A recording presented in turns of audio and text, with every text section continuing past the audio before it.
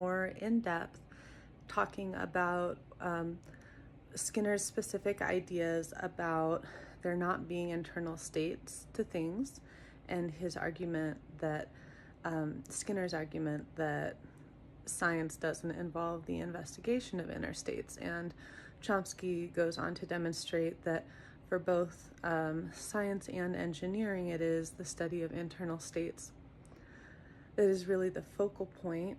For example, in an engineering problem, you're going to try to figure out, suppose it's a mechanism that's not working. The problem is to get the mechanism to work. You want to understand the internal process.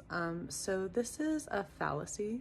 This is a fallacy that Skinner has in his beliefs about science that actually go against the grains of how we define science. So this is all back to my original point, which is that when we use animal behavior in cellular neuroscience, we are focused on understanding the internal state with the understanding that the behavior is what we can observe, whereas Skinner believed not only that there wasn't an internal state, but that science depended on neglecting the existence of an internal state, and this goes against how we define science. So we should definitely look more into behavioral science and how modern behavioral scientists have some have leaned into Skinner's beliefs and some have branched off and tried to correct some of these more troublesome things, and I'd like to go more in depth with that also.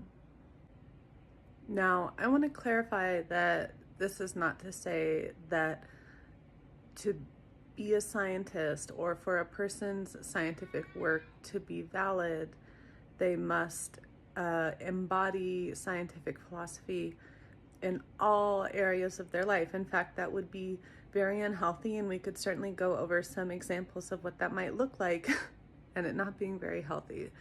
One of the great things about science is that the philosophy of science, which we'll definitely go more in depth about in this course, allows for people to have any type of religious belief or no religious belief, and that is compatible with their science perspectives, but that doesn't mean that those beliefs can be mixed in with a science philosophy. One of the ways that this works is how, when we're doing science, we're able to keep that separate to a certain extent, and that gets into bias and to what extent can we limit it, and let's talk about that too.